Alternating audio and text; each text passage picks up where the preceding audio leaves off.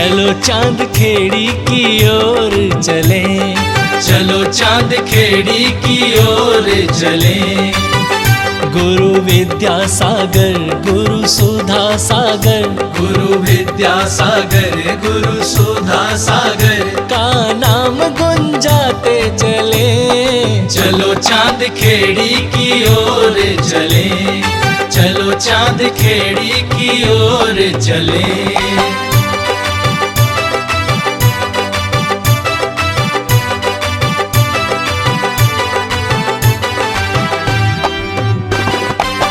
चंद्रोदय तीरथ में होगा पंच कल्याणक उत्सव, पंच कल्याणक उत्सव।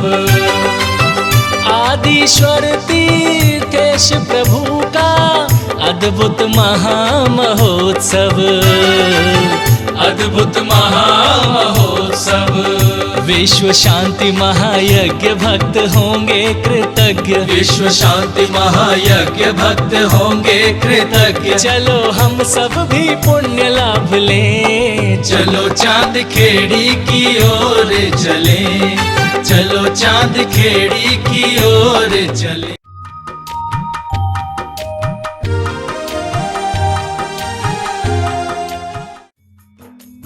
इस कार्यक्रम के पुण्यार्चक हैं श्रीमती लाड़ देवी धर्मपत्नी स्वर्गीय श्री सोहन लाल जी कासलीवाल एवं स्वर्गीय श्रीमती कमला देवी धर्मपत्नी स्वर्गीय श्री मिश्री लाल जी जैन की स्मृति में। पुत्र पुत्र वधु महावीर प्रसाद, इंदिरा देवी, पदम कुमार, सुनीता, पौत्र पौत्र वधु अक्षत, संजोली, पौत्र पौत्री रानू, खुशबू, सम्यक, पीयूषा एवं समस्त कासलीवाल परिवार, बीजवाड़ वाले केकड़ी, बुआ जी चेतन देवी कटारिया, दूड़ी, लाड़ देवी पाटनी, बंथली, टोंक, पुत्री दामाद शिमला, अशोक बाकलीवाल छाबड़िया, पद्मा राजेश कटारिया नासिरदा, पौत्री दामाद प्रियंका रौनक चूड़ीवाल, दोहिती मेहिका अजमेर। नमो लोये सर्वशाहुणं। पंच परमेष्टि भगवान की जय हो। आचार्य श्री गुरुवर कुंद कुंद महाराज की जय हो। आचार्य श्री गुरुवर विद्यासागर महाराज की जय हो। परम उपकारी निर्यापक श्रवण मुनि पुंगव श्री सुधासागर जी महाराज की जय। परम पूज्य मुनि श्री प्रसाद सागर जी महाराज की जय। आचार्य संघ की जय। चंद्रोदय तीर्थ क्षेत्र चांदखेड़ी की सरजमी से यह जिज्ञासा समाधान आज केवल ज्ञान के अवसर पर आपको जानकारी दे दूं। यहाँ पर प्रतिष्ठा होने के लिए 248 जिनबिंब आए थे, जिनके कल दीक्षा संस्कार हुए और आज केवल ज्ञान के संस्कार हुए। उन 248 जिनबिंब में सबसे बड़ी मूर्ति 11 फुट की रोठियाई से मुनिसरदास भगवान की थी, उसमें है। और आज का पहला प्रश्न भी रोटेहाई जिला गुना मध्य प्रदेश से श्रीमती गुणमाला निर्मल जैन की तरफ से है। पूज्य श्री चरणों में नमोस्तु। भगवान हमने पढ़ा कि तीर्थंकर और सूर्य चतुष्का बंध है चौथे गुणस्थान में होता है, पर चौथा गुणस्थान तो अप्रति के होता है, या कैसे होगा? तीर्थंकर प्रकृति का बंध के लिए चारित्र की जरूरत नहीं, भावना की जरूरत है। जगत कल्याण की भावना की भावना है। जो सम्यक दर्शन उसने प्राप्त किया है, जो सत दर्शन उसने किया है, सारे जगत को यह सम्यक दर्शन प्राप्त हो, ऐसे परिणाम जो निर्मल बनते हैं वो अविरत सम्यक दृष्टि के भी बन सकते हैं, क्योंकि दृष्टि तो सम्यक हो ही गई ना।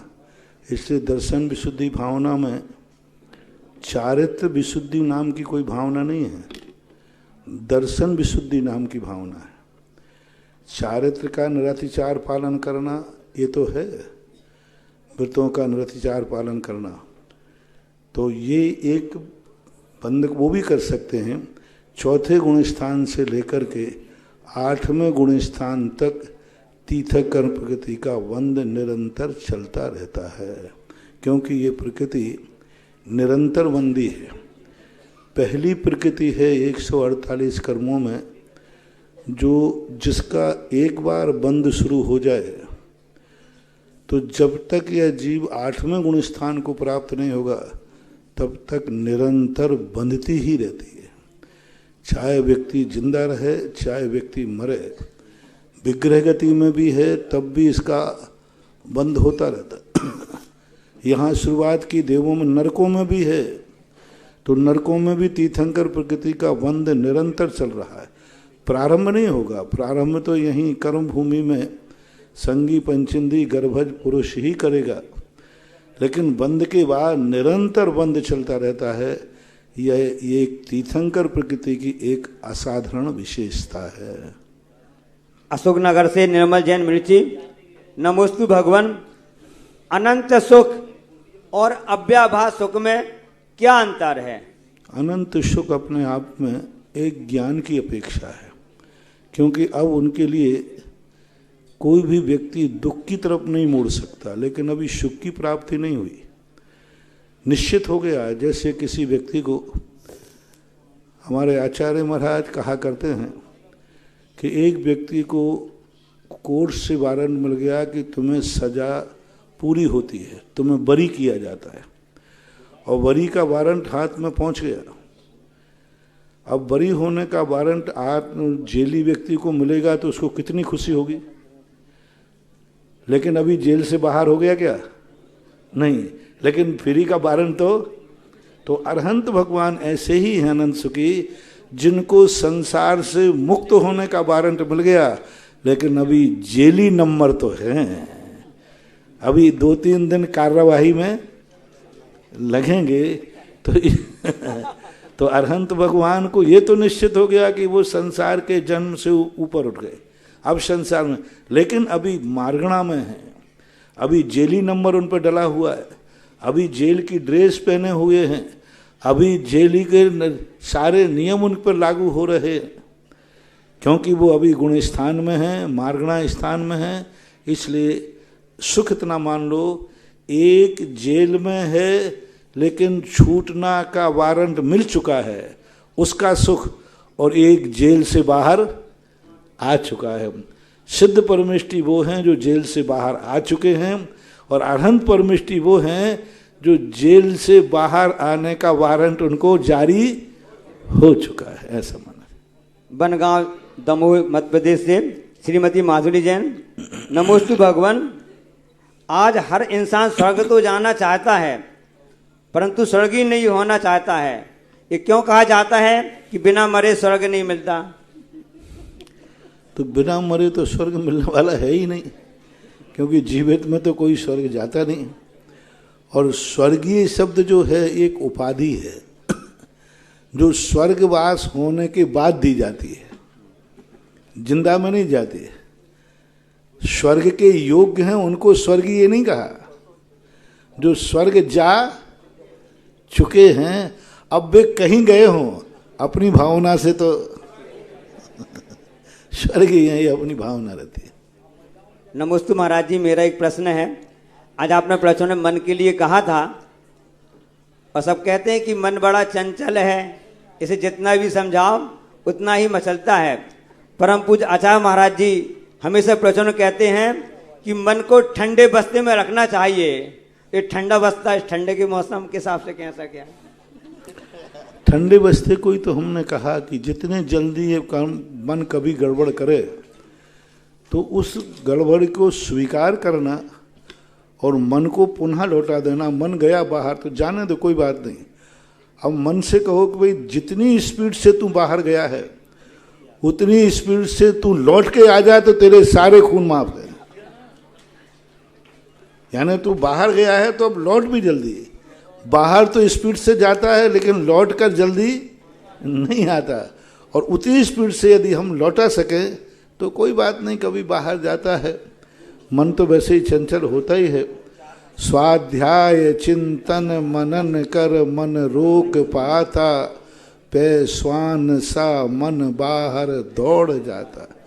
स्वाध्याय चिंतन मनन करके मन को रोकते, लेकिन जैसी थोड़ी छूट दी तो कुत्ते के समान वह गंदगी की तरफ ही जाता है।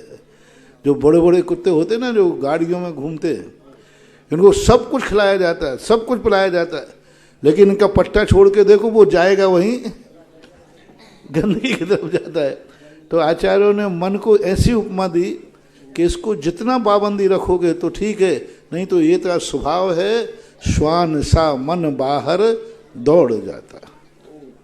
हम देख रहे हैं कि विद्यासागर प्रवचन हाल चांदखेड़ी का पूरा हाल खचाखच भरा हुआ है।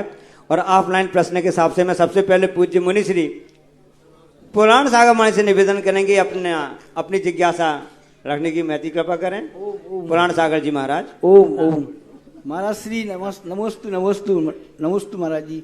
महाराज जी आत्मा आत्मा सब कहते हैं आत्मा, अब आत्मा किसे कहते हैं और कहाँ रहती है और क्या काम करती है, आप जिज्ञासा समाधान करिए। इस साल से क्या कर रहे हैं? जो प्रश्न पूछ रहा है यही तो आत्मा है। जो दिख रहा है वह आत्मा नहीं है, जो देख रहा है वही आत्मा। जो सुनने में आ रहा है वह आत्मा नहीं है, जो सुन रहा है वही आत्मा है। आत्मा कहाँ रहती है और क्या आत्मा जहाँ जो बोलने वाला रहता है वही आत्मा रहती है। क्या आत्मा क्या करती है? आदा नान पमानम नानम ने पमानम। आत्मा जो है अपने आप में शरीर के प्रमाण रहती है। अनुगुरु देह पमाणो विसंहारप संपदो छेदहा, यानी अनुगुरु देह जैसी छोटी बड़ी देह मिलती है वह रहती है।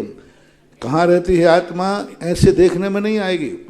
आचार्यों ने कहा तिल मध्य यथा तैलम दुग्ध मध्य यथा घृतम पाषाणेषु यथा हेमो देह मध्य यथा शिवम। पुराण सागर जी महाराज, जी महाराज। आप यदि दूध को खूब हाथ ढाल डाल के निकालो उसमें से घी दिखने वाला नहीं है, लेकिन घी निकलता कैसे? दूध से। दूध से, लेकिन देखने में आज तक नहीं आया कोई। कितना भी देखने, इसी प्रकार तेल के टुकड़े टुकड़े कर लो तिल के, लेकिन तेल कभी देखने में, लेकिन तेल कहाँ से निकलता है? तिल से ही निकलता है। तो दूध को विधिवत यदि आप उसकी क्रिया करोगे तो घी निकल आएगा। इसी प्रकार इस शरीर आत्मा में ढूंढोगे तो नहीं मिलेगा, लेकिन विधिवत भेद विज्ञान के माध्यम से मंथन करोगे तो आत्मा रूपी घी ऊपर आकर के तुम्हें दिख जाएगा। तो महाराज श्री आत्मा क्या करती है? जो जो तुम कर रहे हो वही आत्मा ही तो कर रही है। जो जो कर रहे हो, जो देख रहे हो तो आत्मा देख रही है, सुन रहे हो तो आत्मा सुन रही है। जो कुछ भी तुम कर रहे हो उसका कर्ता मूल आत्मा है। जम कुणदि भाव मादा कत्तासो होदि तस् भावास निश्चय दो व्यवहारा पुग्गल कम्माण कत्तारम। जम कुणदि भाव मादा कत्तासो होदि निश्चय दो। वह आत्मा जो जो भाव अपन कर रहे हैं उस सब का कर्ता आत्मा ही है, ऐसा पूज्यवर कुंदकुंद भगवान ने कहा। मैं पूज्य मुनि श्री उत्तम सागर से निवेदन करेंगे कि अपनी जिज्ञासा रखने की महती कृपा करें। परम पूज्य मुनि श्री उत्तम सागर जी महाराज। नमस्तु भगवान, नमस्तु नमस्तु भगवान। पीछे से हट जाए सब लोग, वहाँ डेस्क से। जिनवाने में शास्त्र में सभी जगह लिखा है कि ध्यान अंतर मुहूर्त तक होता है। कोई भी ध्यान हो, चाहे आर्थ ध्यान, रौद्र ध्यान, धर्म ध्यान, शुक्ल ध्यान, अंतर मुहूर्त से ज़्यादा नहीं होता है। तो केवली भगवान केवल ज्ञान होने के बाद एक अंतर मुहूर्त पूर्व कोटि वर्ष तक रहते हैं। कौन सा ध्यान करते रहते हो? कोई ध्यान नहीं होता। फिर बिना ध्यान के कोई जीवन नहीं रहता है तो कैसा होता है? 12वें गुणस्थान तक ही ध्यान है, जहाँ तक एकाग्र चिंता निरोधो ध्यानम। चिंता का निरोध करना, वहाँ चिंता और चिंतन दोनों खत्म हो गए। वहाँ तो साक्षीभूत है। जहाँ तक किसी वस्तु का चिंतन किया जाता है तो ध्यान की बात आती है, बाकी वहाँ तो साक्षीभूत हैं, बस देख रहे हैं। उनका ध्यान नहीं है, ना सिद्धों के कोई ध्यान है ना अरहंतों के ध्यान है, क्योंकि वो तो एक ज्ञायक स्वभाव में है। चिंता ध्यान कहलाता है जब किसी वस्तु को लक्ष्य बना करके उस पर एकाग्र हो जाने का नाम ध्यान है। इसलिए 13वें और 14वें गुणस्थान में जो ध्यान कहे, इनको उपचार संज्ञा दे दी गई। वास्तविक ध्यान 12वें गुण स्थान तक ही होता है। मन और इंद्रिय के व्यापार को एकाग्र करना, इसलिए आप लोग इंग्लिश में कहते हैं ना कंसंट्रेशन ऑफ माइंड, यानी दिमाग को एकाग्र करना, मन को एकाग्र करने का नाम ध्यान है। और यही जैनाचार्य मानते हैं। 13वें गुणस्थान में तो तृतीय शुक्ल ध्यान माना है। में तीसरा शुक्ल ध्यान को उपचार से मान लिया गया है, सहज रूप से एक प्रक्रिया है, ऐसा माना। तो 14 गुणस्थान में जो चतुर शुक्ल ध्यान करते हैं वो कैसा क्या करते नहीं है, होता है सहज भाव में उनकी परिणति एक नियोगात्मक परिणति है। वहाँ ध्यान नहीं है, ध्यान का कार्य देखा जाने से उसे ध्यान संज्ञा कह दी जाती है। जैसे त्रस्काय, अग्नि त्रस्काय जीव नहीं है, वायु त्रस नहीं है, लेकिन त्रसों के समान स्थानांतरण होने से उसको त्रस संज्ञा कह दी जाती है, वो त्रस है नहीं। इसी प्रकार वहाँ ध्यान का कार्य यानी कर्मों की निर्जरा, ध्यान का कार्य है कर्मों की निर्जरा, वहाँ कर्मों की निर्जरा कार्य देखा जाने से ध्यान कह दिया गया है, ऐसा मानना चाहिए। आज केवल ज्ञान महामहोत्सव जो चंद्रोदय चांदखेड़ी में तीर्थ से महातीर्थ बनने की प्रक्रिया में हुआ, आज उसके हम साक्षी सभी बने।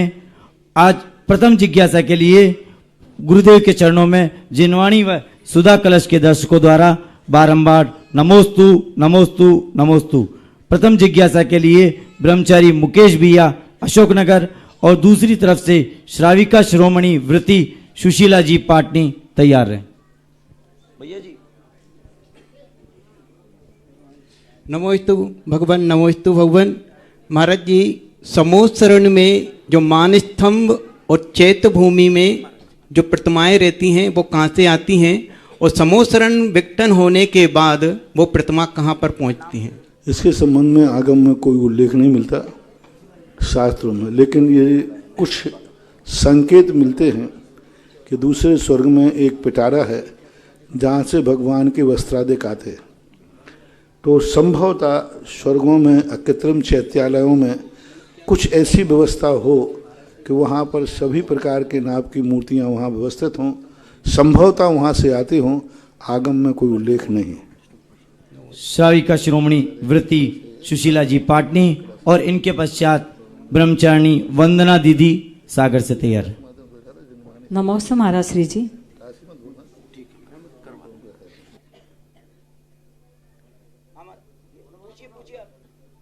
महाराज जी मेरी शंका है कि आज केवल ज्ञान भगवान को हुआ तो उनकी वाणी खिरी तो सारे लोग कैसे उन वाणी को समझ पाएंगे।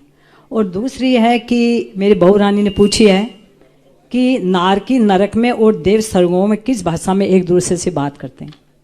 देव किस भाषा में? पहली बात तो भगवान की जो वाणी होती है, भगवान बोलते नहीं हैं, अपन को सुनने में आता है। सुनने में आता है इसलिए अपन इसको जिनवाणी कह देते। जैसे अभी हमने कहा ना, कार्य देखा जा रहा है तो कार्य को देख के कारण कर लिया। हमारे कानों में शब्द आते हैं जो हम कहते हैं जिनेंद्र भगवान की वाणी है।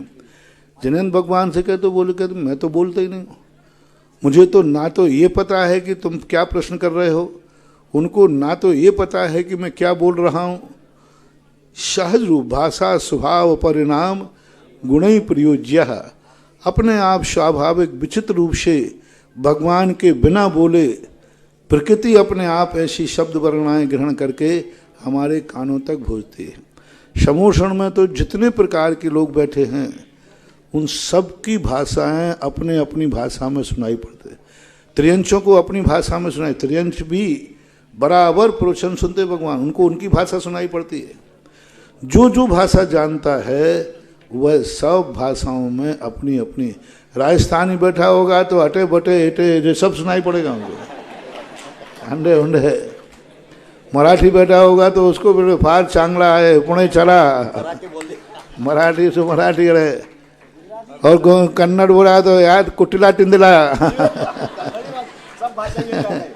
तो गुजराती बोला कहीं छे। हाँ, तो ये सारे की सारी भाषाएं भगवान के द्वारा कहाँ से होती हैं, कैसे परिवर्तित होती हैं, यही उनका अतिशय है। और महाराज जी नरक में और देव में कौन सी भाषा से? कोई भाषा का उल्लेख नहीं मिला, क्योंकि वो जिस प्रकार की जहाँ जो भाषा बोलना है वो बोलते हैं। वे स्वयं कौन सी भाषा बोलते हैं इसका जैनागम में कहीं उल्लेख नहीं मिलता है। और महाराज एक छोटी सी शंका है कि महान व्यक्ति कैसे बनते हैं और महान बनने के लिए क्या पुरुषार्थ करना पड़ता है? महान व्यक्ति के लिए महान कार्य करना पड़ता है।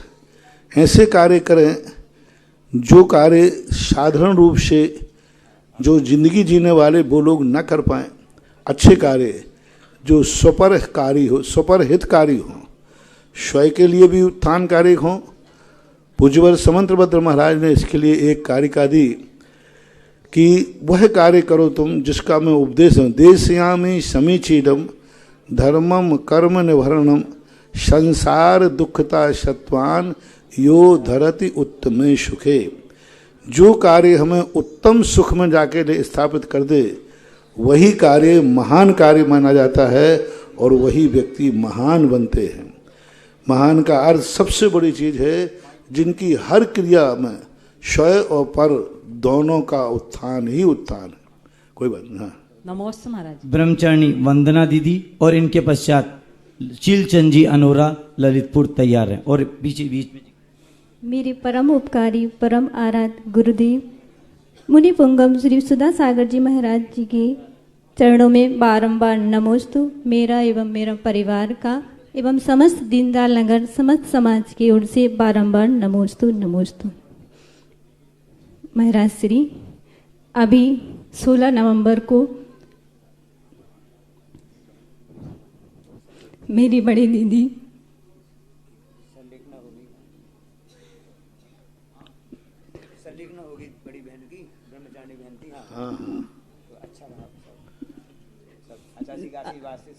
आचार्य श्री के आशीर्वाद से संलेखना हुई। इतनी गुरु कृपा और समस्त संघ की कृपा उन पर बरसी। हमें समझ में नहीं आता, कोई व्यक्ति की संलेखना होती तो अपन क्यों रो रहे? लगता है कि उसका अच्छा मरण हो गया, उससे ईर्षा हो रही है कि उसका वो क्यों। अरे भाई जब वो कोई तर गया, वो पास हो गया, अपन को अभी वो एग्जाम देना है तो उसके पास की खुशी मनाएंगे तो शायद वो दिन हमारा भी आ जाएगा जिसमें वो पास आ जाए। जब भी कोई अच्छी तरीके से मरता है तो खुशी होना चाहिए। मृत्यु महोत्सव, यदि हम खुश होंगे तो मुझे भी वैसा ही मरण करने का मौका मिलेगा, और दुखी होंगे तो फिर मामला गड़बड़ है भाई। महाराज श्री हम ये पूछना चाहते हैं कि उनको कैसी सदगति हुई होगी और इतनी गुरु कृपा, इतनी समस्त संघ की कृपा जो उन पर रही। हम ऐसा महाराज श्री हम ऐसा क्या करें कि हमारे ऊपर भी छत्र छाया गुरु की और आप सभी की किसी जीव की सदगति का विचार नहीं करना है, हमें यह देखना है कि उसका अच्छा मरण हुआ है बस। जब कारण अच्छा है तो कार्य तो अच्छा होगा ही होगा, इतने विचार करना चाहिए। बाकी अपन कहाँ के जीव गया, कैसा गया, इसके लिए तो जानने की जरूरत ही नहीं है। अच्छे कार्य करने वाले की गति अच्छी ही होती है या निर्णय है, ऐसा माना। सभी से निवेदन, कृपया आगे की तरफ सरकें, और जो पीछे हमारे श्रेष्ठ महानुभाव खड़े हुए हैं उनसे भी निवेदन, पीछे ऊपर जो है, ऊपर भी जो है स्थान है, आप पीछे जीना है और उससे आप ऊपर पधार सकते हैं। आज देवादिदेव श्री आदिनाथ भगवान, मूल नायक भगवान का शांति धारा का पुण्य अर्जन किया। भामाशाह श्रेष्ठी श्री पन्नालाल जी, विवेक जी, सरला जी, केतकी आराध्या, देवांश बेनावाड़ा परिवार आगरा ने 2 कलश 51 श्रीफल की राशि से, भामाशाह श्रेष्ठी सुगंधी बाई, विजय, संतोष, प्रमोद, श्वेता, हर्षित, नवीन, आशिका बहरिया वाला परिवार सागर नारायणपुर 2 कलश 51 श्रीफल की राशि से पुण्य अर्जन किया। भामाशाह श्रेष्ठी श्री अशोक जी, आशीष, अंचरा, अंजना, तोशी, रोहित परिवार इंदौर ने 1 कलश 51 श्रीफल की राशि से पुण्य अर्जन करा। महानुभाव, हमारे मध्य परम गुरु भक्त, ऐसा परिवार जो हर समय गुरु चरणों में समर्पित रहता है, जिनके पिताश्री शिवपाल जी कटारिया साहब, मेरे पास उनकी भक्ति के लिए शब्द नहीं है। ऐसा समर्पित परिवार गुरु चरणों में। भावना भाई थी, जब पावन वर्षा योग की यहां पर स्थापना हुई थी, महाराज जी मुझे आशीर्वाद दो, महाराज जी मुझे आशीर्वाद दो। आशीर्वाद मिला जिनवाणी प्रभावना कलश का। आपने 21 कलश की राशि से जिनवाणी प्रभावना कलश स्थापित का पुण्यार्जन किया। परिवार के सभी सदस्यों से श्रीमती विजया देवी कटारिया, अजय कटारिया, माया कटारिया, विजय अनिता, संजय मीनाक्षी, राज रिद्धि, पावन आस्था, सोम, स्वातिका कटारिया, कटारिया परिवार जयपुर वालों से मेरा आग्रह है, पधारें, गुरु चरणों में नमन करके आशीर्वाद प्राप्त करें। कमेटी उनका अभिनंदन और स्वागत करे और निवेदन जो है जिनवाणी प्रभावना कलश को स्वीकार करें। आपने जो चतुर्मास के मांगलिक पर्व पर स्थापित किया था, कटारिया परिवार के जो अनुमोदना करें, हम करतल ध्वनि से बहुत बहुत अनुमोदना करते हैं। जिज्ञासा शीलचंद जी अनोरा और इनके पश्चात तैयार हैं अमिता जैन पूर्ण आयु। एक इंद्र से पंचेंद्र तक सुख शांति की भावना भाने वाले मेरे गुरुवर निर्यापक मुनि पुंगव सुदासागर महाराज को त्रिवार नमोस्तु नमोस्तु नमोस्तु। गुरुवर, हमारी जिज्ञासा है कि सूर्य मंत्र से पाषाण भी भगवान बन जाते हैं, तो क्या सूर्य मंत्र से मनुष्य नहीं बन सकते हैं? दूसरी बात, सूर्य मंत्र कितने प्रकार का होता है?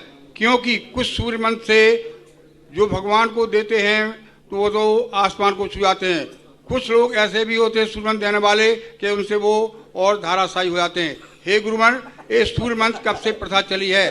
पार्श्वनाथ आज्ञा भगवान के समय था कि अभी वर्तमान किसी के द्वारा चला गया। नमोस्तु नमोस्तु नमोस्तु। सूर्य मंत्र देने से पाषाण भगवान बन जाता है, मनुष्य को भी सूर्य मंत्र देने से बन जाता है, लेकिन मनुष्य चुपचाप सूर्य मंत्र लेवे तब ना। मैं उसे सूर्य मंत्र दे रहा हूं, वो कहता मुझे तो सुसु जाना है, तो अब क्या करे?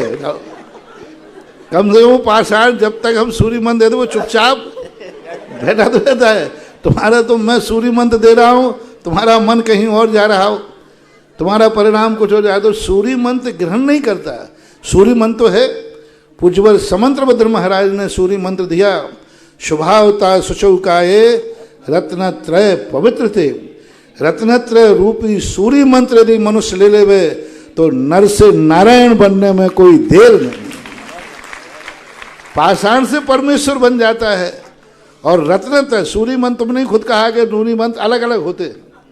पाषाण में देने वाला सूर्य मंत्र अलग है और मनुष्य में देने वाला सूर्य मंत्र, तो मनुष्य में जो सूर्य मंत्र दिया जाता है वो रत्नत्रय है। और वो रत्नत्रय यदि अभेद रत्नत्रय वो ग्रहण कर लेता है तो इसी काया में इसी शरीर में रहते हुए वो परमात्मा बन जाता है। जैसे पाषाण परमात्मा बना, ऐसे ही तो साधारण मनुष्य रत्नत्रय रूपी सूर्य मंत्र लेकर के अरहंत भगवान बन जाता है। मनुष्य पर्यायी में तो बनते हैं। इसलिए आप लोग सूर्य मंत्र ग्रहण नहीं करते। सूर्य मंत्र तो हम देना चाहते और है भी, लेकिन वही बात रही, इधर सूर्य मंत्र चल रहा है, उधर तुम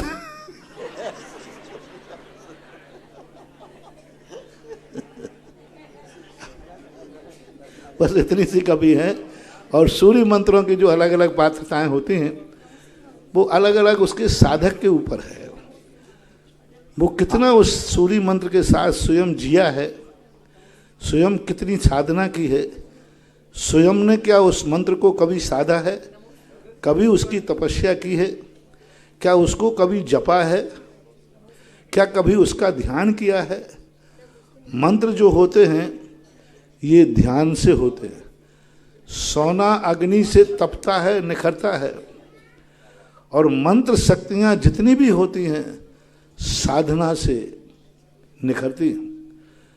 अब वो साधना साधु, साधना करने वाला साधु इन मंत्रों के साथ, इन बीजाक्षरों के साथ कभी जिया हो, कभी बरसों ध्यान किया हो, कभी बरसों जाप किया हो, तो फिर वो मंत्र यदि देगा तो वह मूर्ति अतिशयकारी तो होगी। मंत्रों के साथ ये जो मंत्र हैं, लाओ मूर्ति हो, फूंक करके लिया और फूंक दिया कर दिया, तो ये तो एक औपचारिकता है जो हो रहा है। वास्तविक जो सूर्य मंत्र है उसका नाम सूर्य मंत्र ही है। यानी जो उन्होंने अपनी साधना से तपा है, जिसके करोड़ों करोड़ों जाप पहले हो चुके, जिसको उन्होंने बरसों बरसों तक ध्यान किया है, आत्मसात किया है, तो वो अंतर तो आपको पड़ेगा ही।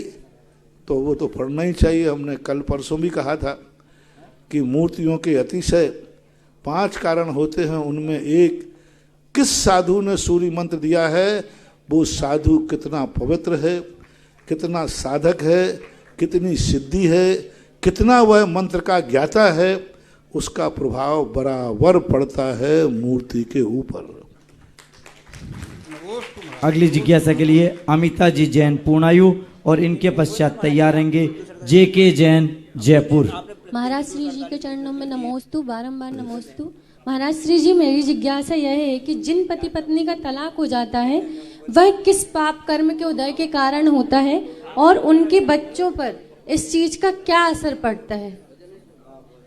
महाराज श्री जी, मेरी जिज्ञासा यह है कि जिन पति पत्नी का तलाक हो जाता है उसमें उन बच्चों का कौन सा पाप कर्म का उदय होता है और वह इस कर्म को कैसे छीन कर सकते हैं? तलाक हो जाता है, हमें इन छोरा छोरियों के नियम ही पता नहीं चलते। जब ये कोई शादी करते ना लव मैरिज, तो कहते महाराज देखो हमारी क्या गलती, जोड़ी तो रव में बनती है, यहाँ तो फेरे फिरते। जोड़ी कहाँ बनती है? ऊपर से बन के आती है। तो मैं कहता हूँ बेटा जब ऊपर से जोड़ी बन के आई तो तलाक भी क्या रव से बन के आती है? महाराज श्री जी, मेरा क्वेश्चन ये है कि ये कौन से पाप कर्म के उदय के कारण होता है? पाप कर्म तो बराबर है ही, कोई ना कोई पाप कर्म तो है ही। दूसरे के किसी दाम्पत्य जीवन में कभी विघ्न डाला होगा, किसी दाम्पत्य जीवन में किसी प्रकार की तोड़फोड़ की होगी, उनको भुलाया होगा, उनको अलग किया होगा। जिस प्रकार का दुख आया है, नियम समझना उसी प्रकार का बीज बोया है, ये निश्चित है। पर वो इसी भाव में कट जाए, उसका क्या उपाय है? इसी भाव में कट जाए कि उसको समता पूर्वक भोगे। ऐसा दुख आ जाए और दुख में यदि हम विषम परिणाम नहीं रखें, इष्ट वियोग अनिष्ट संयोग नाम का आर्त ध्यान न रखें, समता भाव रखें, तो वो इसी भाव में कट जाएगा। जो कहा ही है आपकी पूजा में कहा, जे कर्म पूरब की हैं खोटे सहे क्यों नहीं, अति क्रोध अग्नि बुझाए प्राणी शाम रले। यानी समता भाव से यदि हम सहन करेंगे तो कर्म इसी भाव में रह करके खत्म हो सकता है। सबके दोष हैं, जिन जिन को जिस जिस प्रकार का दुख आ रहा है वे सब उस पाप के कर्म के भागीदार हैं। बच्चों को आ रहा है तो बच्चों ने भी कभी किसी बच्चों को अनाथ किया होगा, तब वो जाके अनाथ हो रहा है। सबका सामूहिक रूप से भी आता है। निर्यापक शमन मुनि पुंगव श्री सुधा सागर जी महाराज के आशीर्वाद से यहाँ पर सभी संतों के सानिध्य में लोकार्पण हुआ संत सुधा सागर रेजिडेंसी का। पूर्व में यहाँ पर बहुत ही प्राचीन कमरे बने हुए थे, जो उसमें स्टाफ रहता था। आशीर्वाद मिला उन कमरों का, धरातल पे लाया गया और नई जो है रेजिडेंसी का निर्माण हुआ। पंच कल्याणक महोत्सव में जो भक्त लोग आए और उन्होंने जिन इन कमरों को देखा तो हर एक ने ये कहा कि ऐसी ही धर्मशालाएं यहां पर बनना चाहिए। हमारे अध्यक्ष जी के पास में बहुत सारे लोगों का सुझाव आया, निवेदन आया कि जो यात्री निवास है उसको भी आप बहुत भव्यता के साथ में दें। चिंतन चला, चिंतन हमने गुरु चरणों में समर्पित किया और आशीर्वाद मिला।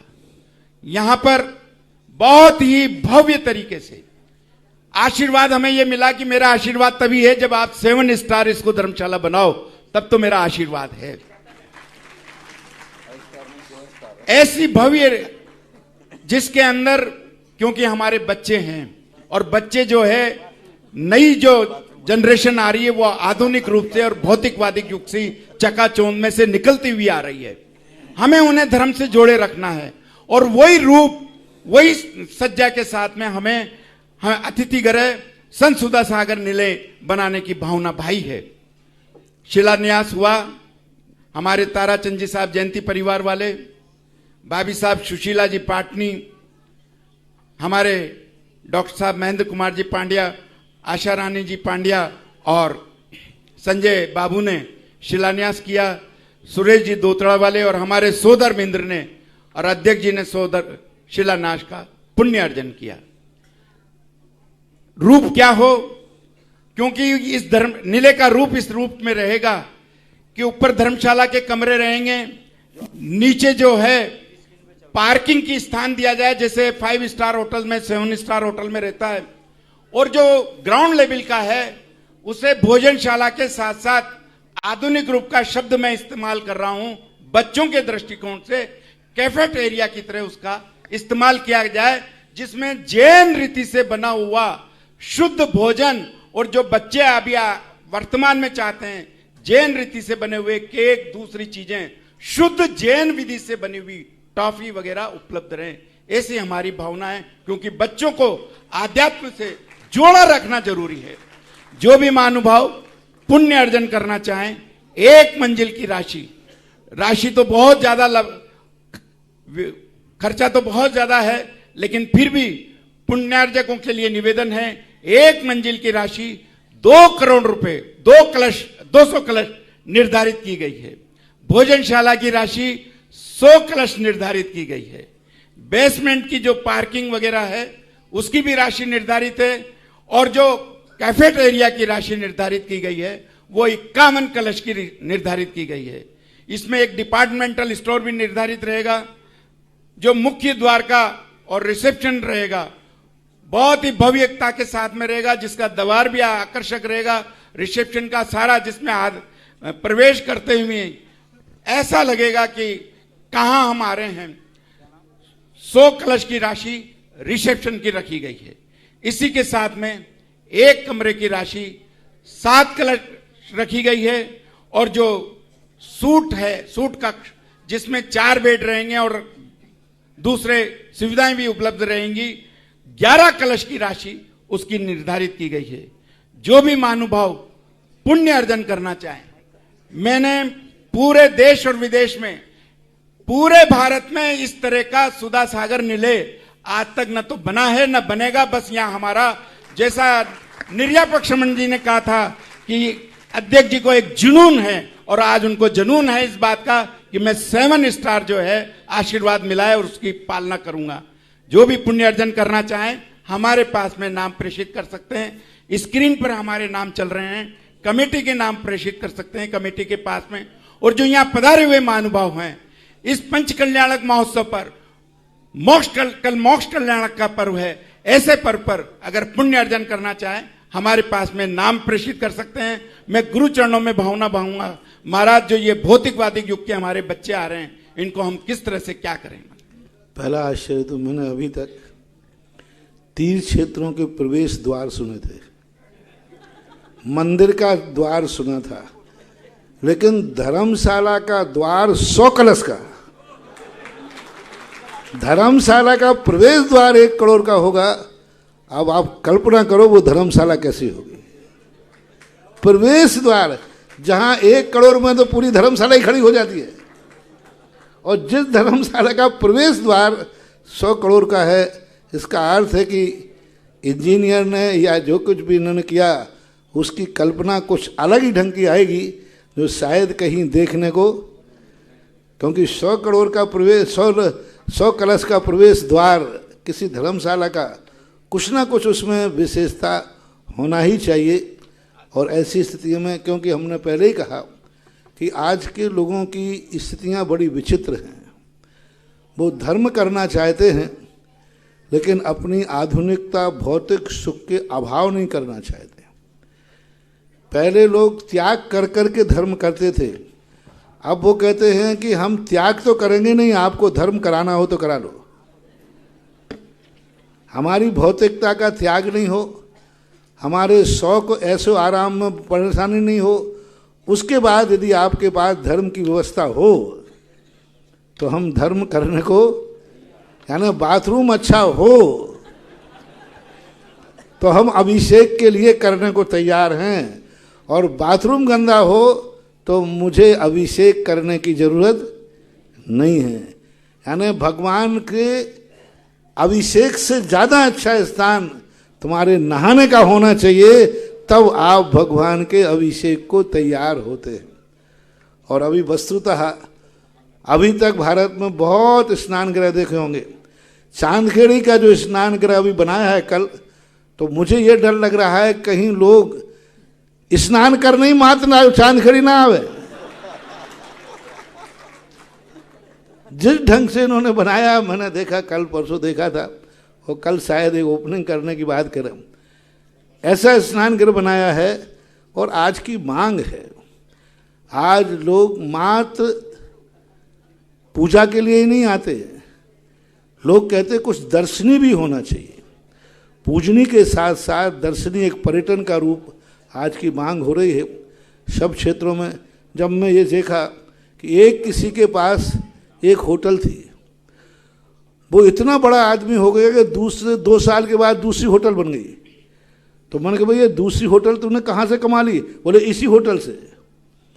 और हमारे धर्म क्षेत्रों पर इतने यात्री आते हैं, एक धर्मशाला वो ही जर्जरित हो जाए लेकिन दूसरी धर्मशाला कमेटी नहीं बना पाती। उसका कारण क्या है? बड़े लोग यही शिकायत करते महाराज मंदिर और तीर्थ क्षेत्र में जाके क्या करूं, वहाँ ना तो रहने के कमरे हैं ना कुछ है, इसलिए हम यहाँ नहीं रहते। तो भाई रहने के लिए तुम्हारे लिए व्यवस्था नहीं, होटल में तुम रहते हो तो होटलों में बड़े आदमी रहते हैं तो अच्छी होटल है, यहाँ गरीब आदमी रहते हैं तो गरीब धर्मशाला है। यदि बड़े आदमियों के योग्य धर्मशाला बनाओगे तो जब वो 2 साल में एक होटल से 2 होटल कर सकता है, तो क्षेत्र पर एक धर्मशाला की 2 धर्मशालाएं क्यों नहीं हो सकती? तो आज युग चाह रहा है, पैसे की कीमत नहीं है, पैसा कुछ भी लगे, लेकिन हमारा दिन रात सगुन से निकलना चाहिए हमारी सुविधाओं के अनुसार। तो क्या करें, अब धर्म की सुरक्षा करना है तो हमें तुम्हारे साथ बहना पड़ता है, उसी के अनुसार होना भी चाहिए। मैं भी इसका समर्थन करता हूँ। युग जैसे बढ़ता है, धर्म को भी अपने कुछ मोड़ लाना पड़ेंगे, तभी धर्म सुरक्षित रह पाएगा। महानुभाव जो भी पुण्य अर्जन करना चाहे वो हमारे पास में नाम प्रेषित कर सकते हैं। आपका इस समय का सहयोग आने वाले समय में आपके बच्चों को संस्कारित रखेगा, धर्म से लगाव रखेगा, आध्यात्म से जुड़ाव रखेगा, संस्कार युक्त बनाए रखेगा। हमारे मध्य जो कटारिया साहब परिवार पधारा था, सभी कटारिया परिवार के श्रेष्ठ महानुभावों से निवेदन पधारे, उनको स्मृति चिन्ह भेंट करेंगे हमारे अध्यक्ष महोदय। इसी के साथ में आज हमारा बहुत बड़ा पुण्य है, हमें आज मुनि श्री उत्तम सागर जी महाराज के ग्रस्त अवस्था के परिवारजन, सागर जैन समाधि अपूर्व सागर जी महाराज के बहन जी, जीजा जी, शिव गोड़ा, जयंती पाटिल, अन्य परिवार सांगली से कुबेर पाटिल पधारे हैं, सभी परिवारजन पधारे। हमारा बहुत बहुत बहुत पुण्य है। चंद्रोदय तीर्थ क्षेत्र का गुरु चरणों में नमन करके आशीर्वाद प्राप्त करें और कमेटी इनका अभिनंदन और स्वागत करें। पधारे हमारे सभी जो है अध्यक्ष जी, महामंत्री जी, सह कोषाध्यक्ष संजय बाबू, अनुराग जी, विमल जी भाई साहब और सुरेंद्र जी भाई साहब, सब जने पधारे। निवेदन उनसे अभिनंदन के लिए। JK जैन जयपुर और इनके पश्चात तैयार रहेंगी अर्चना श्रीमाल कुंभराज। मेरे गुरुवर को, मेरे परिवार का नमोस्तु नमोस्तु नमोस्तु। गुरुवर, आसन भव्य जी किसे कहते हैं और आसन भव्य जी क्या गृहस्थ बन सकता है और ये मोक्ष मार्ग में इसका क्या सहयोग है? आसन भव आज दोपहर में प्रवचन में नहीं थे क्या? महाराज वो पूछ रहा हूँ। हाँ, तो आसन भव, आसन का अर्थ होता है निकट, निकटता पूर्वक वो अपने लक्ष्य को प्राप्त करने वाला है। जिस कारण से वह भव्यत्व उसकी आत्मा में स्वाभाविक रूप से पड़ा था, वह भव्यत्व पकने वाला है, यानी अपने लक्ष्य को प्राप्त करने वाला है। जिन्हें जल्दी जल्दी मोक्ष की प्राप्ति होने वाली है उसको बोलते हैं आसन्न भव्य। एक ग्रस्त इसको हाँ, ग्रस्त को आराम से बन सकता है। नमोस्तु महाराज, नमोस्तु। अर्चना जी श्रीमाल कुंभराज और इनके पश्चात तैयार रहेंगे हमारे राम प्रसाद जैन गुलगांव। घोषणा के लिए भूगर पुण्यार्जक जिन्होंने 5 शिला के साथ 21,000 रुपये की राशि से पुण्यार्जन किया है, सुरेश जी, रेखा जी जैन, प्रीति, अंकित, अनायशा, प्राची, अंकित, सिद्धार्थ, पूजा बाबरिया दोतड़ा वाले रामगंज मंडी ने पुत्र के जन्म दिवस के उपलक्ष्य में श्रीमती प्रेमलता जी जैन सेठी, पत्नी श्री कमल कुमार जी, प्रतीक सेठी गुलाबवाड़ी कोटा 5 शिला, अक्षय जैन, रेणु जैन, अक्षांश जैन, अक्षित जैन भिंड ने 5 शिला, अनीता, नरेंद्र चौधरी, कन्हैया लाल, शांतिबाई, डॉक्टर आयुषी उज्जैन ने 5 शिला, डॉक्टर माणिकचंद, संजीव वर्षा, इंजीनियर हिमांशु जैन टोंक ने 5 शिला के साथ श्री केसी जैन, अनीता जैन, मुन्नी, सपना जैन 12 ने 5 शिला का सौभाग्य। अर्चना जी श्रीमाल। कुंभराज से सकल दिगंबर जैन समाज का महाराज श्री जी के चरणों में बारंबार नमोस्तु। महाराज श्री जी, चंद्रोदय तीर्थ क्षेत्र और आपके सानिध्य में हम लोगों की बिटियां यहाँ पर अष्टकुमारी बनी हैं और उनको भगवान की क्रिया करके और जो माता की जो सेवा की है उनको बहुत खुशी की अनुभूति हुई है। महाराज श्री जी, मेरी जिज्ञासा यह है कि पंचकल्याणक में अष्टकुमारी का क्या महत्व होता है और हर जगह तो 8 बनती है, यहाँ 16 बनी, उसका क्या कारण है? और महाराज श्री जी, जो उनके जीवन पर क्या प्रभाव पड़ेगा? और महाराज श्री जी, आज पंचकल्याणक वो भगवान के बाजू में देखा कि दर्पण लगा रहता है, तो उसका क्या महत्व होता है? कृपया मेरी जिज्ञासा का समाधान दीजिए। पहली बात है कि जो देव अष्टकुमारियाँ होती हैं ये 8 प्रकार की होती हैं, इसलिए एक एक ले लिया।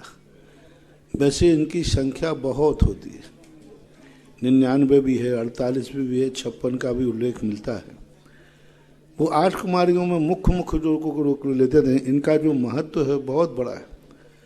भगवान की सेवा कर, भगवान की माता की सेवा करने का जो सौभाग्य इनको प्राप्त होता है, महान पुण्य का संचय करते हैं, क्योंकि उस समय इनका एक ही उद्देश्य रहता है, माता के लिए किसी प्रकार से विपरीत भावना है, उनको अच्छे संस्कार देने का परिणाम होता है। इसलिए अष्टकुमारियों का नियम से भव्य होती हैं, नियम से भव्य, अभव्य मिथ्या दृष्टि आदियों को नहीं मिलता और सम्यक दृष्टि होती हैं। भले ये स्त्री पर्याय में मिथ्यात्व के साथ जन्मे हों, लेकिन बाद में इनको सम्यक दर्शन की प्राप्ति होती।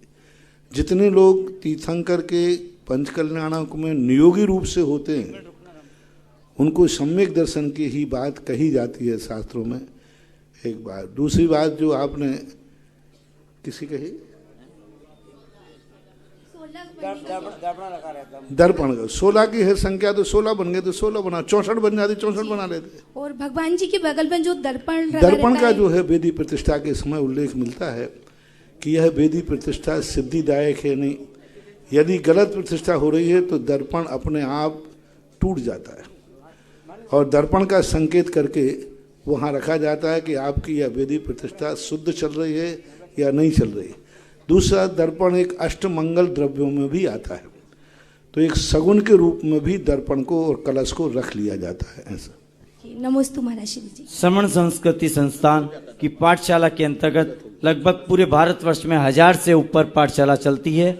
उनके पाठशाला के संयोजक श्री प्रदीप जी शास्त्री सांगानेर एक पुस्तक जो पाठशाला के बच्चों के लिए कलरफुल, उनको समझाने के हिसाब से पुस्तक का विमोचन पूज्य गुरुदेव के सानिध्य में कराना चाहते हैं।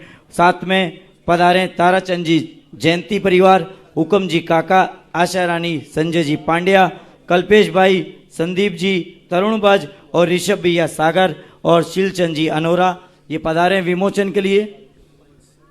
माइक देना और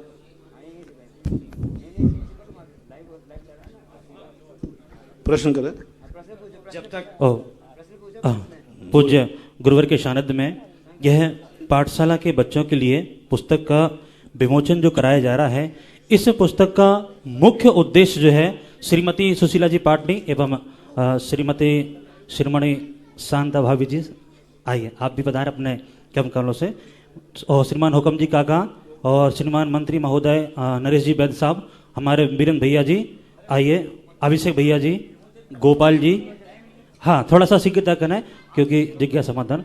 इसमें जैसे हम बच्चों को पाठशाला में ड्राइंग बुक कराते हैं, तो इस का उद्देश्य है कि हम जब कोई स्कूल में या कहीं पर कुछ ड्राइंग कराते हैं, चित्रकला कराते हैं, तो उसके माध्यम से कुछ शिक्षा प्राप्त होने चाहिए। इसलिए इसमें हमने अष्ट प्रातिहार एवं 16 सपनों को इसमें समाहित किया है, जिसके माध्यम से आप 16 सपने क्या होते हैं, इनका क्या महत्व है, अष्ट प्रातिहार क्या होते हैं, इनका क्या महत्व है, इन सब बातों को इसमें हमने समाहित किया है।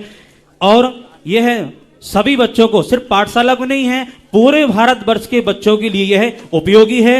आप अपने बच्चों को यह पुस्तक प्रदान करें, जिसके माध्यम से वह अष्ट प्रातिहार का महत्व एवं 16 सपनों का महत्व जानेंगे। पूज्य गुरुवर की अनुकंपा से पूरे भारतवर्ष में यह हमारे 600 से करीब पाठशालाओं का संचालन किया जा रहा है, जो विधिवत है, जिसमें 15,000 से ऊपर बच्चे और 1400 टीचर इसमें अध्यापन कार्य करा रहे हैं। और गुरुवर की अनुकंपा से गांव-गांव, शहर-शहर, मोहल्ले-मोहल्ले में यह पाठशालाओं का आयोजन हो रहा है, खुल रही हैं। और बहुत बहुत सभी श्रावकों का साधुवाद, धन्यवाद।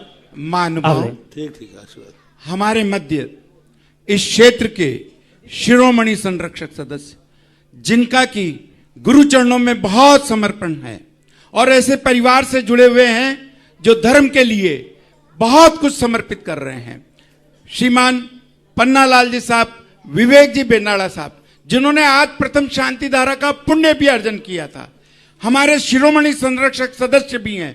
निवेदन लाइब्रेरी के भी जो स्कूल में है उसका भी आपने पुण्य अर्जन किया है, संत सुधा सागर पब्लिक स्कूल में। ऐसे हमारे दानवीर भामाशाह का कमेटी अभिनंदन करना चाहेगी।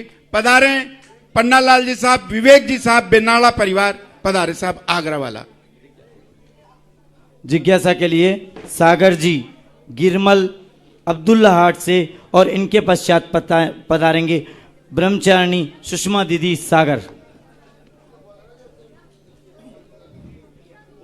नमस्तु महाराज जी, नमस्तु। हम लोग महाराष्ट्र कोल्हापुर जिले के लाट नगरी से, हम सभी के तरफ से नमस्तु। हम महाराज जी शांति धारा और अभिषेक के लिए महत्व का महिमा के बारे में हम सब श्रावक मंदिर कमेटी रोज पूजन अभिषेक शांति धारा करते हैं। आपकी कृपा से हमारे मंदिर का अतिशय सिद्ध क्षेत्र बन गया, इसलिए इसके क्षेत्र का ऊर्जा बढ़ाने के लिए हम लोगों को और करना क्या चाहिए, कृपया मार्गदर्शन कीजिए। महाराष्ट्र और दक्षिण भारत के लिए मेरे मन में सदा एक चिंता बनी रहती है, क्योंकि मेरा नेचर है कि हमारा जिनेंद्र देव जब केवल ज्ञान प्राप्त करके अरहंत बनता है तो संसार की सबसे ज़्यादा विभूति और समोषण उनके पास होता है। जब वो जन्मते हैं तब रत्न बरसते हैं, जब वो जीते हैं तो राजा महाराजाओं के रूप में रहते हैं, केवल ज्ञान होता है तो समोषण। तो जिनेंद्र भगवान को मानने वाला जैन कभी भी गरीब नहीं होना चाहिए, ना मन से गरीब, ना तन से गरीब और ना धन से गरीब। और दक्षिण भारत की जो स्थिति देख करके कई बार मैं चिंता में पड़ जाता हूँ और खोजता हूँ कि दक्षिण भारत में जैन की संख्या है, लेकिन क्यों आर्थिक रूप से गरीब है, क्यों नहीं पुण्य की श्री वृद्धि हो पाती है। तो मेरे खोजने से जब पता चला कि वहाँ के लोग जिनेंद्र भगवान के मंदिरों में अभिषेक पूजन करते ही नहीं, बहुतायत मंदिरों में मात्र वहाँ जो पंडित उपाध्याय होते वो करते, श्रावक तो मात्र दर्शन करता है। और दक्षिण भारत में अभी 2-3 साल से जब मैंने ये खोज की सांगानेर के बाद, जब से मैंने प्रवचन देना शुरू किए, तो मुझे खुशी है कि दक्षिण भारत के मंदिरों में भी अभिषेक और शांति धारा चालू हो गई। बहुत बड़ी उपलब्धि।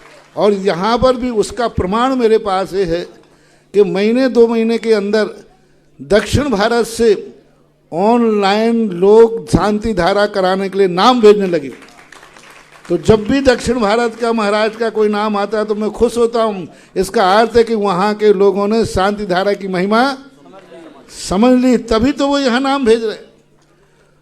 और लाखों लोगों ने जब अभिषेक किया सांगानेर और ज्ञानोदय आदि में दक्षिण भारत के, तब भी मैंने उनको यही संदेश दिया था कि आप अपने घरों में, आज तुम्हारे प्रश्न माध्यम से दक्षिण भारत को कहना चाहता हूँ, आपके मंदिरों में मंदिर भक्तों का है, भगवान का अभिषेक भक्तों से होना चाहिए, ना कि किसी बंधे हुए किसी उपाध्याय या पंडित से होना चाहिए।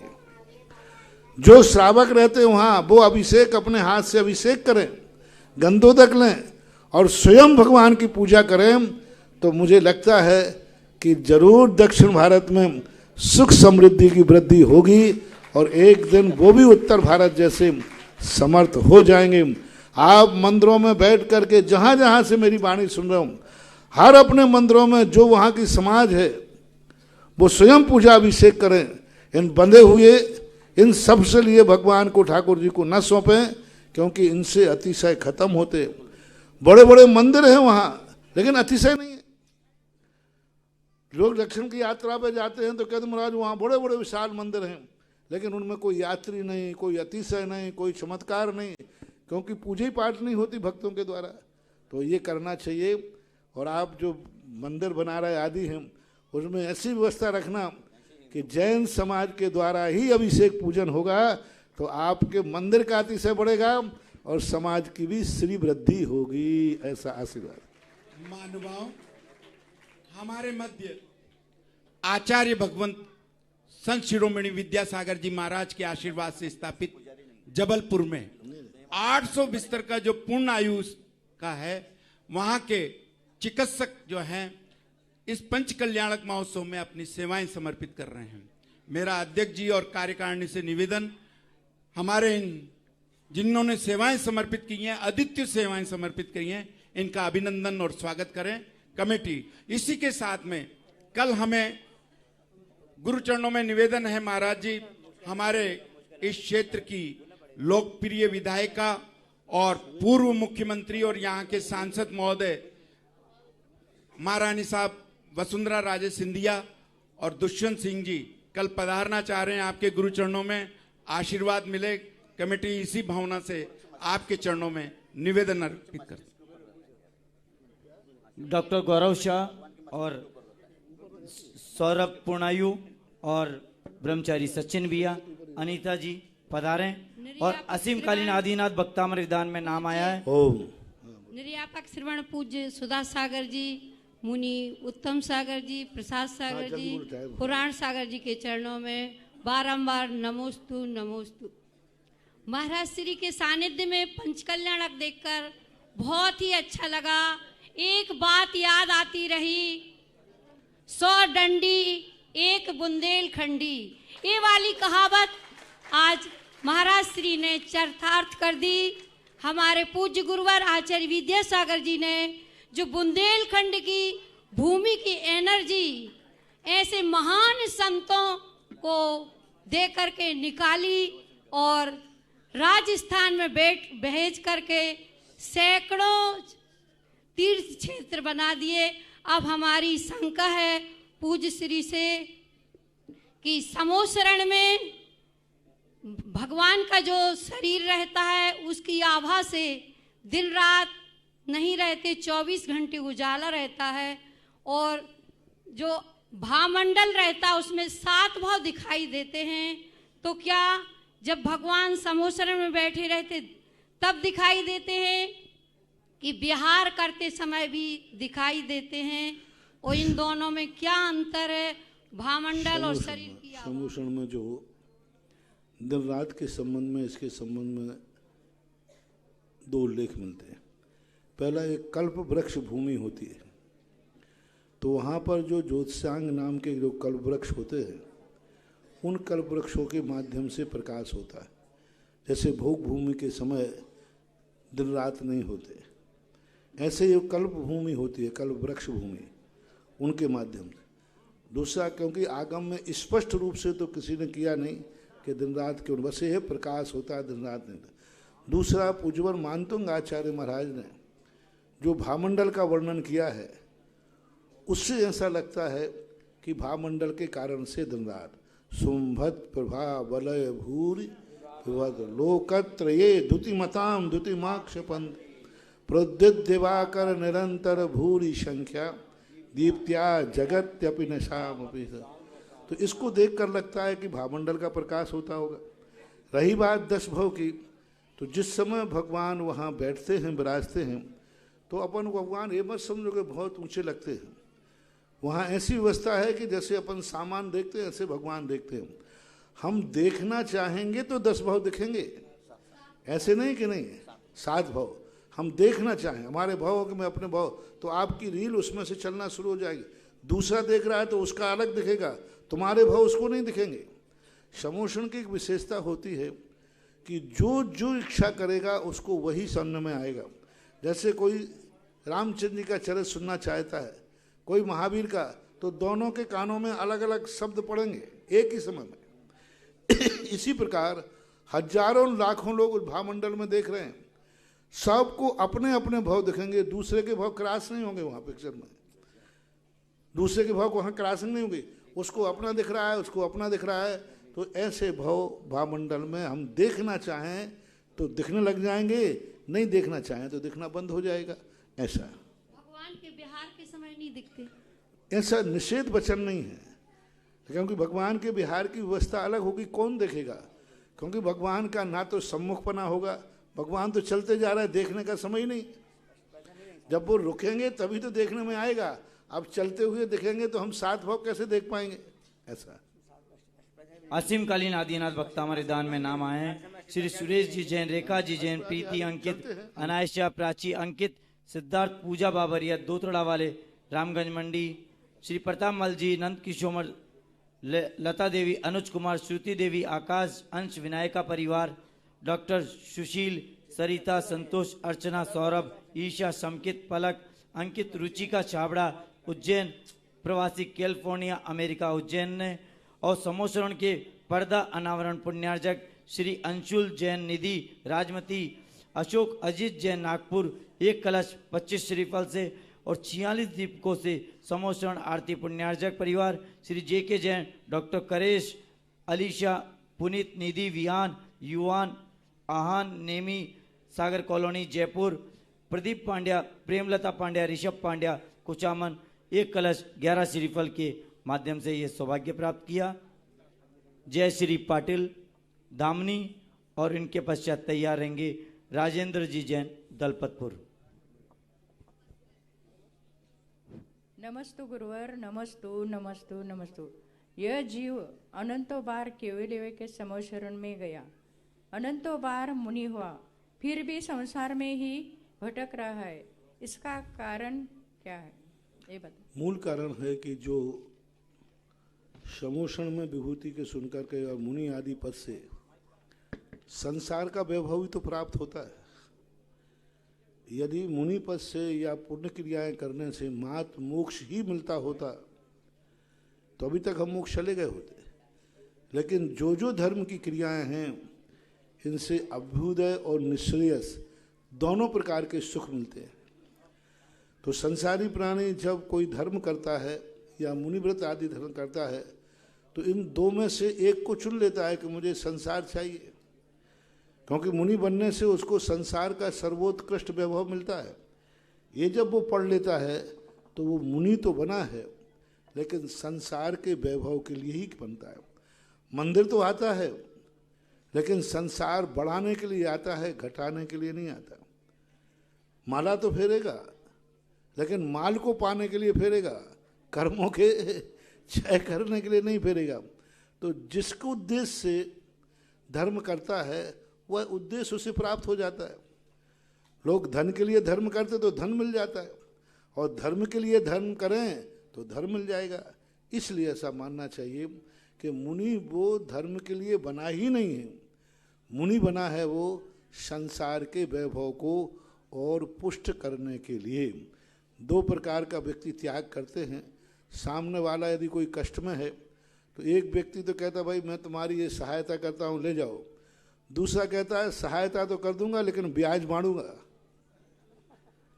ब्याज पे भी तकलीफ में पैसा दोनों दे रहे हैं, लेकिन एक ब्याज पे दे रहा है तो वो तकलीफ के नहीं दे रहा है, वो तो व्यापार के लिए दे रहा है, पैसा बढ़ाने के लिए। साहूकार लोग बताएं, आप ब्याज पे पैसा देते हो तो उस पर दया करके देते हो कि अपने पैसे को बढ़ाने के लिए देते हो? झूठ मत बोलना है। पैसा बढ़ाने के लिए 99.99 पैसा बढ़ाने के लिए देते हैं और एक व्यक्ति सहयोग करता है। इसी प्रकार से एक व्यक्ति त्याग करता है इसलिए कि अभी थोड़ा त्याग करो, बाद में मैं ब्याज के मिल जाएगा, और एक व्यक्ति त्याग करता है इसको हमें वापस चाहिए ही नहीं है। तो अनंतों बार मुनि वो बन जाता है जो थोड़ा त्याग करके बहुत पाने के लिए बनता है, ऐसा मानना चाहिए। राजेंद्र जी जैन, दलपतपुर। धर्मनगरी दलपतपुर मुनि सुब्रत नाथ जी जय। कहते हैं गुरुदेव के चरणों में कोटिशा नमस्तु। कहते हैं बच्चे खाली किताब होते हैं, उनको जो दिखता है वो ही मस्तिष्क में अंकित होता है।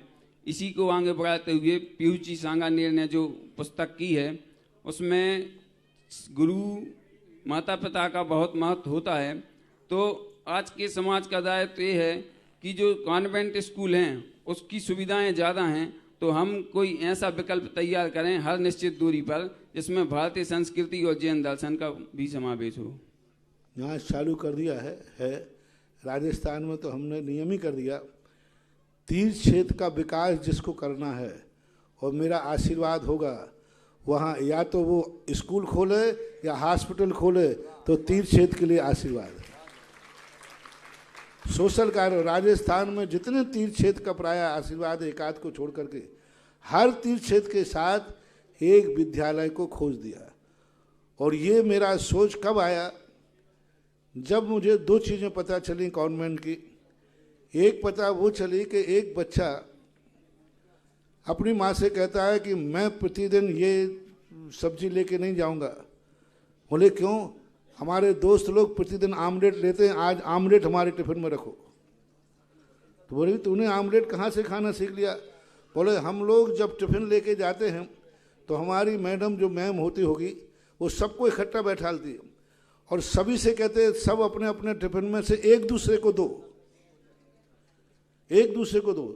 देखो ईसाई लोग बहुत कठिन कर रहे हैं। आपसे कहते थे आप अपने बच्चे को शाकाहार भेजिए, आप अपने, लेकिन उनको इकट्ठा भोजन कराएंगे और फिर उपदेश सबको अपना अपना एक दूसरे को शेयर करो, तो वो अपने टिफिन में से एक दूसरे को देते। ऐसा करके वो मांसाहार, जब ये राजनीति मैंने समझी तब मैंने कहा भली स्कूलों में धर्म पढ़ाया ना या ना पढ़ाया जाए, कम से कम मांसाहारियों के साथ तो शाकाहारियों का टिफिन तो नहीं खुलेगा। ये सबसे बड़ा सोच करके हर तीर्थ क्षेत्र के साथ में एक विद्यालय कर दिया। और राजस्थान में प्राय आप देखो हर तीर्थ क्षेत्र में एक विद्यालय है, चाहे वो चांदखेड़ी हो, चाहे बिजोलिया हो, चाहे सांगानेर हो, चाहे आमा हो, चाहे ज्ञानोदय हो, सब जगह स्कूल कर दिए। अब आप कहाँ के? दलपतपुर एमपी के। एमपी में आप चालू करो, मैंने तो राजस्थान में चालू कर दिए। परम उपकारी ललितपुर में भी है, ललितपुर में तो दो वर्णी जी ने वर्णी कॉलेज खुलाया था। अभी वहाँ पर पिछले जब चतुर्मास हुआ तो कन्या इंटर कॉलेज वहाँ खुला। आज उसके अंदर 800 बच्चियाँ हैं। कितनी सीलचंद जी? 800 बच्चे बच्चियाँ पढ़ रहे हैं अभी ललितपुर के अंदर। ऐसा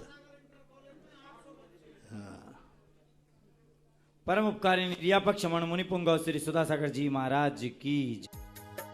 इस कार्यक्रम के पुण्यार्चक थे श्रीमती लाड़ देवी धर्मपत्नी स्वर्गीय श्री सोहन लाल जी कासलीवाल एवं स्वर्गीय श्रीमती कमला देवी धर्मपत्नी स्वर्गीय श्री मिश्री लाल जी जैन की स्मृति में।